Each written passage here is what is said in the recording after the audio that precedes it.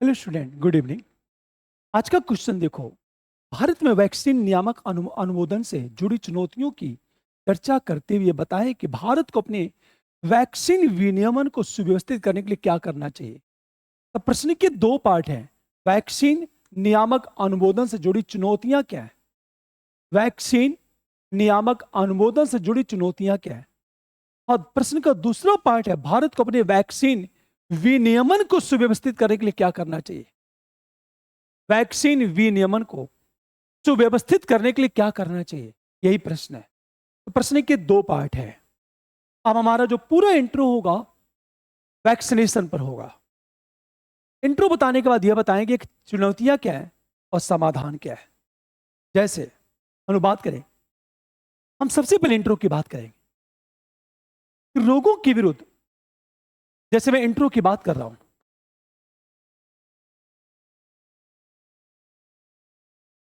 रोगों के विरुद्ध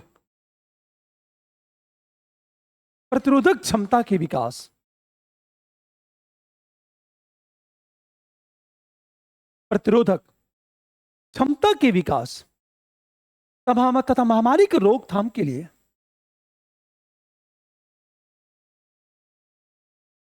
महामारी की रोकथाम के लिए टीकाकरण पर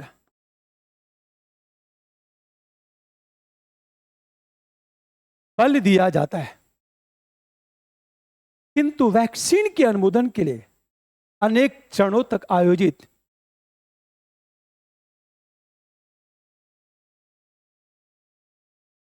वैक्सीन के अनुमोदन के लिए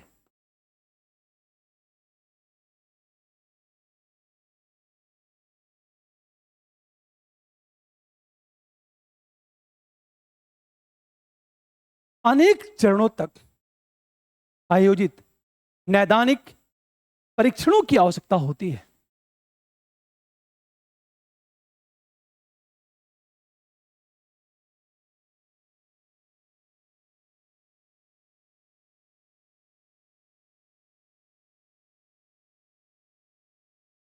आप देखो, ये हमारे इंट्रो चलाया।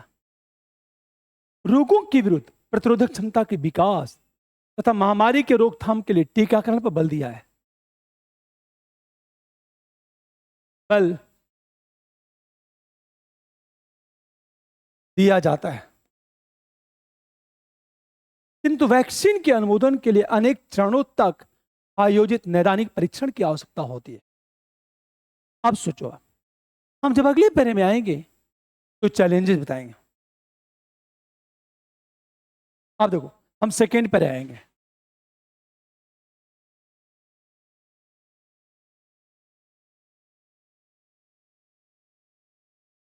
परंतु भारत में वैक्सीन नियामक अनुमोदन से चुनौतियां भी विद्यमान है।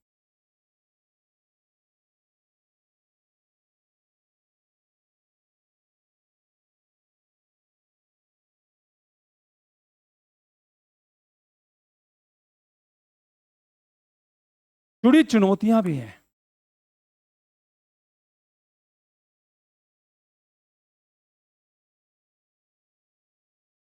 अब जैसे जैसे नंबर वन की बात करें हम लोग, क्या चुनौतियां, ये देखो आप। पहली चुनौती, क्लिनिकल परीक्षणों के साथ चुनौतियां। अर्थात भारत में क्लिनिकल परीक्षण अविश्वास, क्लिनिकल परीक्षणों के साथ चुनौतियां।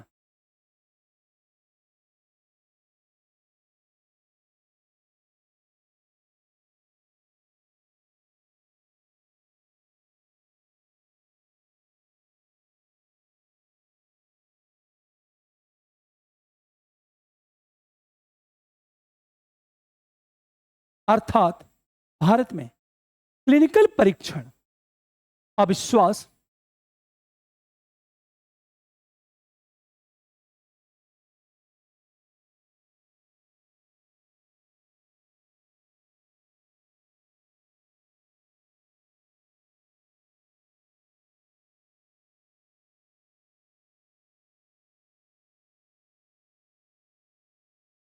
मनमाने आदेश, अस्पष्टता और ढीले नियमों की समस्याओं से ग्रस्त रहे हैं।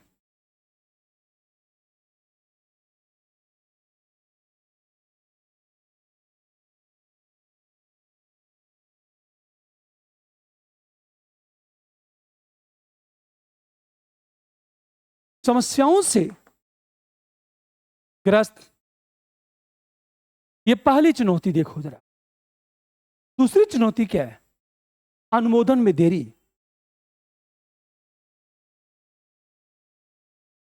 अर्थात महामारी या आपातकाल जैसी स्थिति में। नंबर 2,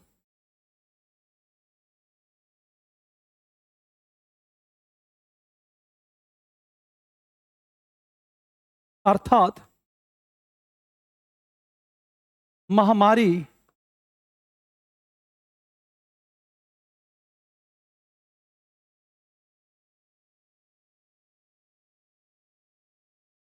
या आपातकाल की स्थिति में विनियामक और नौकरशाही की देरी।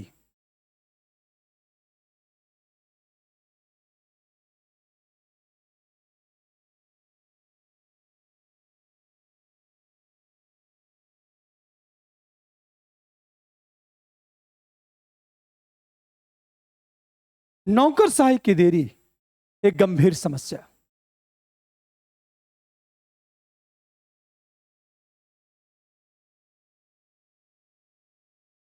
यह गंभीर समस्या है। तीसरी चीज बात करें, भारत का जो नियामक ढांचा है मुख्य रूप से उन फॉर्मुलेशन के विश्लेषण पर केंद्रित है। नंबर 3, भारत का नियामक ढांचा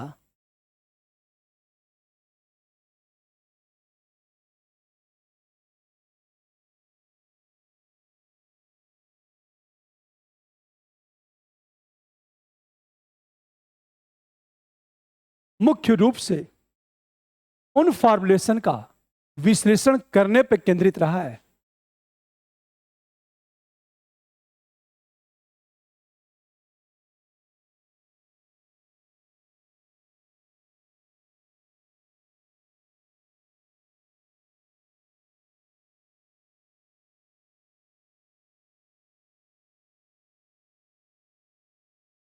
विश्लेषण करने पर जिन्हें विदेशी नियामक अनुमोदन प्राप्त हुआ है,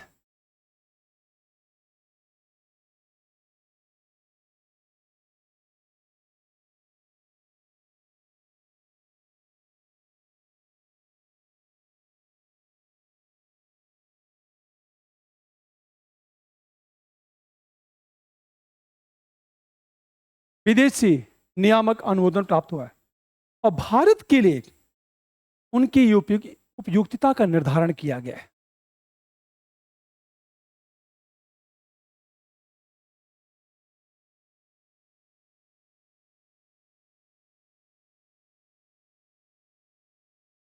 उनके उपयुक्तता का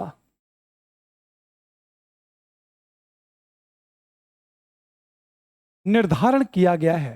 यह तीसरा पॉइंट देखो जरा, क्या चैलेंजेस है। चौथी चुनौती देखा जाए, अपर्याप्त विनियमन से बाजार में खराब गुणवत्ता वाली। नंबर 4 की बात करें,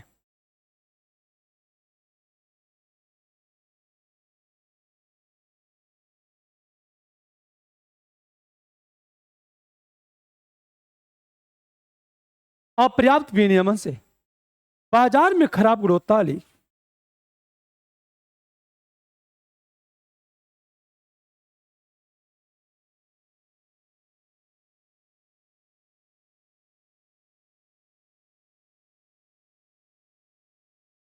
और नकली दवाओं की बाढ़ आ जाती है।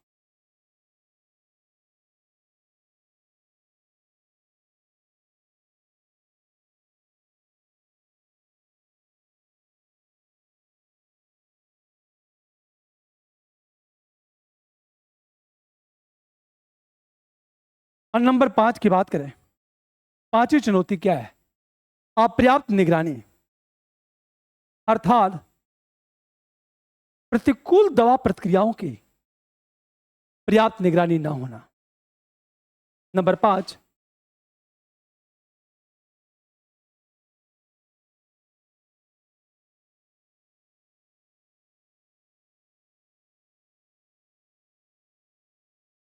प्रतिकूल दवा प्रतिक्रिया,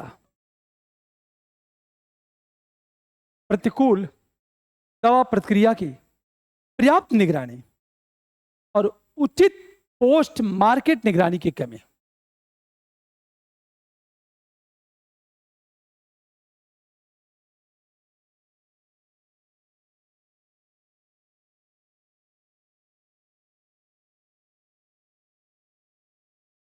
उचित पोस्ट मार्केट निगरानी की कमी।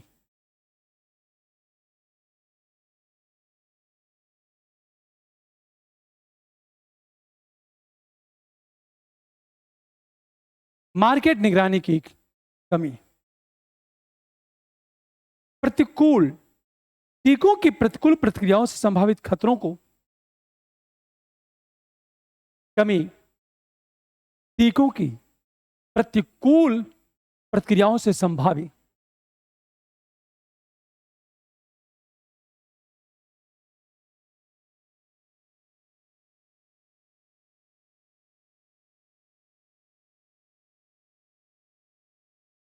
प्रतिक्रियाओं से संभावित खतरों का उचित पता लगाने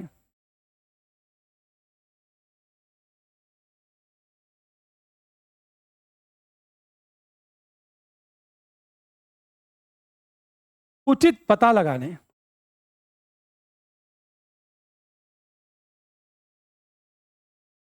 उन्हें कम करने में बाधा डालती है।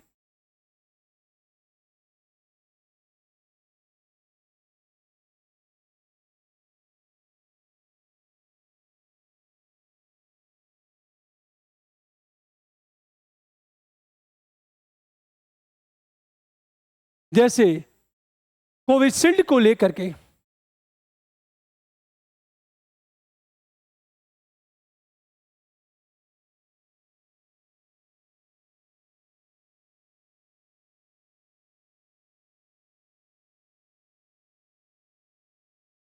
विवाद देखो जरा। अपर्याप्त निगरानी अर्थात प्रतिकूल दवा प्रतिक्रियाओं की पर्याप्त निगरानी, उचित पोस्ट मार्केट निगरानी की कमी, टीकों की प्रतिकूल प्रतिक्रियाओं से संभावित खतरों का उचित पता लगाने उन्हें कम करने में बाधा डालती है। जैसे कोविशील्ड वैक्सीन को लेकर विवाद। प्रश्न का अगला पार्ट यह है कि वैक्सीन विनियमन को सुव्यवस्थित करने क्या करना चाहिए। अतः भारत को अपने वैक्सीन विनियमन को सुव्यवस्थित करने के लिए अगले पैरे में जाएंगे। अतः यह चुनौती है, इसलिए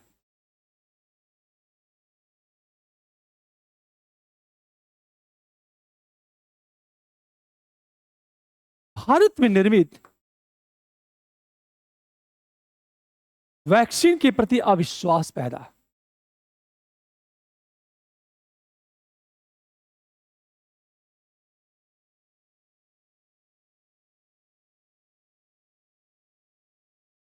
अतः भारत को अपने वैक्सीन नियमन को सुव्यवस्थित करने के लिए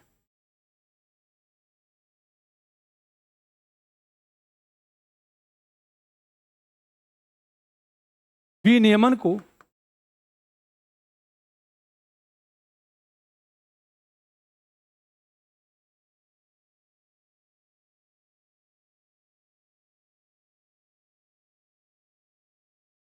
करने की आवश्यकता है।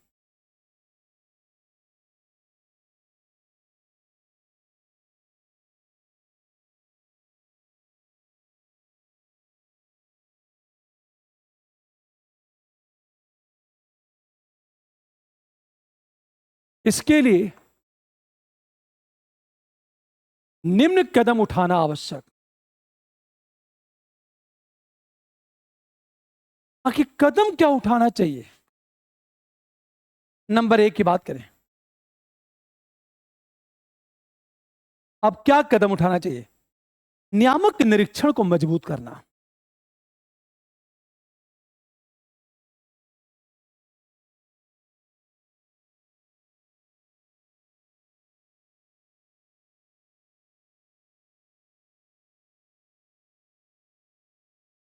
हम दूसरी चीज बात करें, आपात स्थिति और महामारी के दौरान टीके की मंजूरी के लिए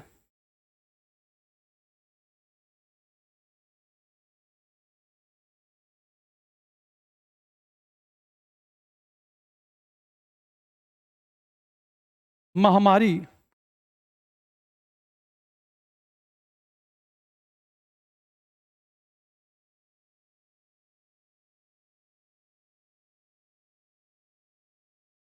टीके की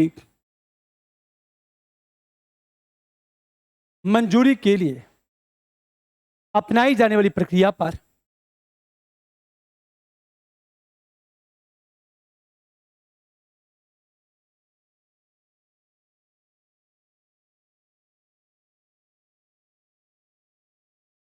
स्पष्ट दिशा निर्देश,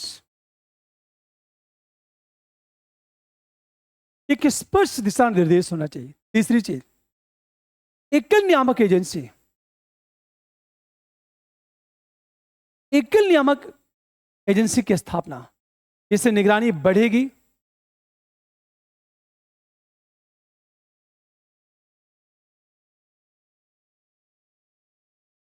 नियामक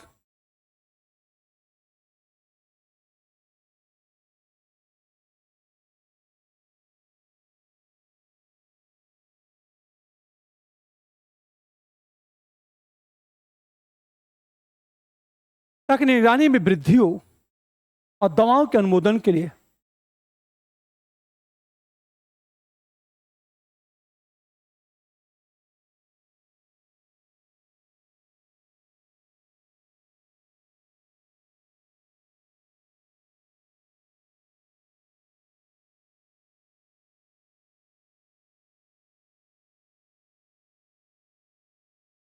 की प्रक्रिया तीव्र हो।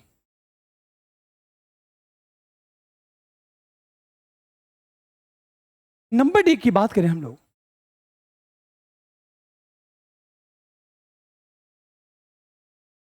पोस्ट मार्केट निगरानी, जो में दुर्लभ घटनाओं के मामलों का पता लगाने,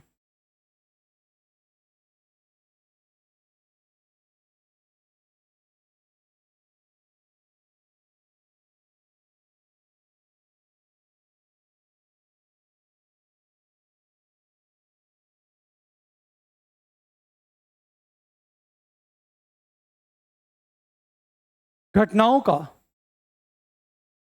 पता लगाने और उसकी सुरक्षा चिंताओं पर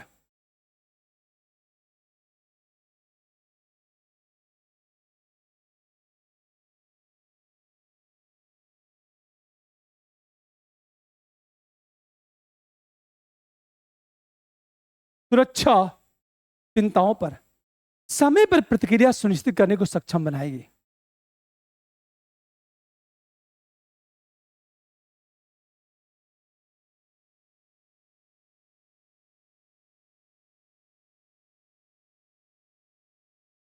सुनिश्चित करने में सक्षम बनाएगी।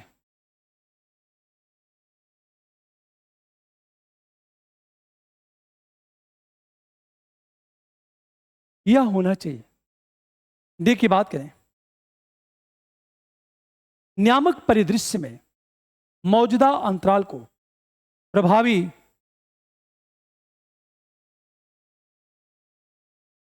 अगला पॉइंट की बात करें हम लोग, नंबर ए की बात करें, नियामक परिदृश्य में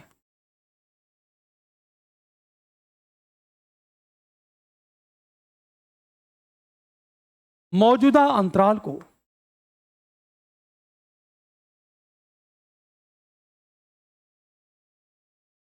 प्रभावी फार्माकोविजिलेंस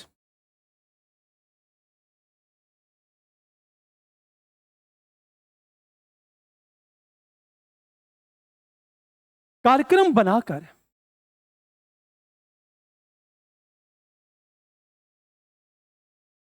और पारदर्शिता जवाबदेहिता को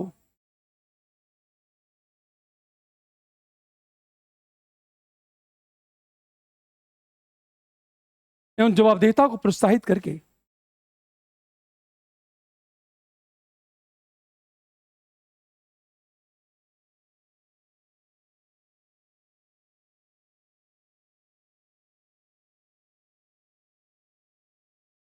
भरा जा सकता है। ये बातें करने के बाद हम अंत में आएंगे और निष्कर्ष की बात करेंगे। और निष्कर्ष में इतनी बातें करेंगे हम लोग,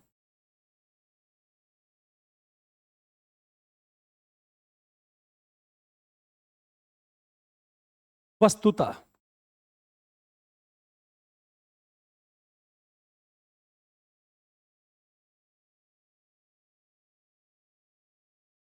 वैक्सीन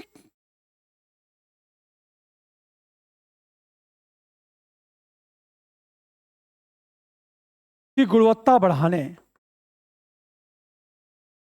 एवं विश्वास में वृद्धि के लिए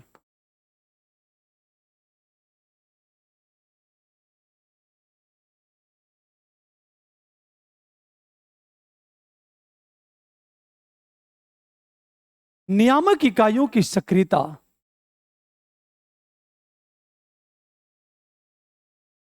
एवं जवाबदेहिता के साथ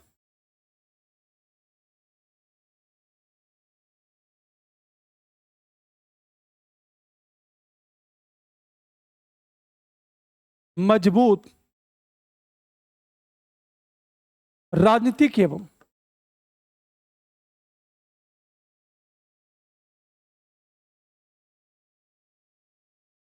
प्रशासनिक प्रतिबद्धता की आवश्यकता है।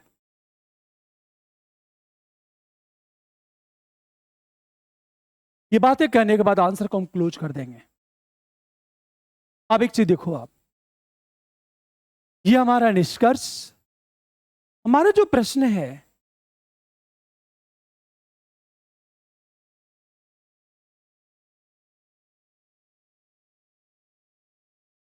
प्रश्न यह है कि भारत में वैक्सीन नियामक अनुमोदन जुड़ी चुनौतियों की चर्चा करते हुए बताएं कि भारत को अपने वैक्सीन विनियमन को सुव्यवस्थित करने के लिए क्या करना चाहिए। द हिंदू का आर्टिकल है, जीएस सेकेंड पेपर का क्वेश्चन है। मैंने क्या कहा, आपका इंट्रो चला। इंट्रो क्या है? रोगों के विरुद्ध प्रतिरोधक क्षमता के विकास तथा महामारी के रोकथाम के लिए टीकाकरण पर बल दिया जाता है, किंतु वैक्सीन के अनुमोदन के अनेक चरणों तक आयोजित नैदानिक परीक्षण की आवश्यकता होती है। परंतु भारत में वैक्सीन नियामक अनुमोदन जुड़ी चुनौतियां में, ये चुनौतियां क्या है? क्लिनिक परीक्षण संबंधी चुनौतियां, अनुमोदन में देरी, नियामक ढांचा मुख्य रूप से उन फॉर्मुलेशन का विश्लेषण करने पर केंद्रित रहा है जिन्हें विदेशी नियामक अनुमोदन प्राप्त हुआ है और भारत के लिए उनकी उपयोगिता का निर्धारण किया गया हो। अपर्याप्त विनियमन और अपर्याप्त निगरानी, पोस्ट मार्केट, ये करने के बाद इसे भारत में निर्मित वैक्सीन के प्रति अविश्वास पैदा, अतः भारत को अपने वैक्सीन विनियमन को सुव्यवस्थित करने की आवश्यकता है। इसके निम्न कदम: नियामक निरीक्षण को मजबूत करना, आपात स्थिति महामारी के दौरान टीके की मंजूरी के अपनाई जाने वाली प्रक्रिया पर स्पष्ट दिशा निर्देश, सफल नियामक एजेंसी निकाय की स्थापना, एकल नियामक एजेंसी निकाय की स्थापना, ताकि निगरानी में वृद्धि हो और दवाओं के अनुमोदन की प्रक्रिया तीव्र हो। पोस्ट मार्केट निगरानी, जो हमें दुर्लभ घटनाओं का पता लगाने और उसकी सुरक्षा चिंताओं पर समय पर प्रतिक्रिया सुनिश्चित करने में सक्षम बनाएगी। पोस्ट मार्केट निगरानी एक बहुत बड़ा पॉइंट है ये। और वैक्सीन के जब मार्केटिंग होती है, इस पहलू को इग्नोर कर दिया जाता है। अंत में देखा जाए, नियामक परिदृश्य में मौजूदा अंतराल को प्रभावी फार्माकोविजिलेंस कार्यक्रम बनाकर तथा पारदर्शिता एवं जवाबदेहिता को प्रोत्साहित करके भरा जा सकता है। ये करने के बाद अंत में हम निष्कर्ष की बात करेंगे, आंसर को क्लोज कर देंगे।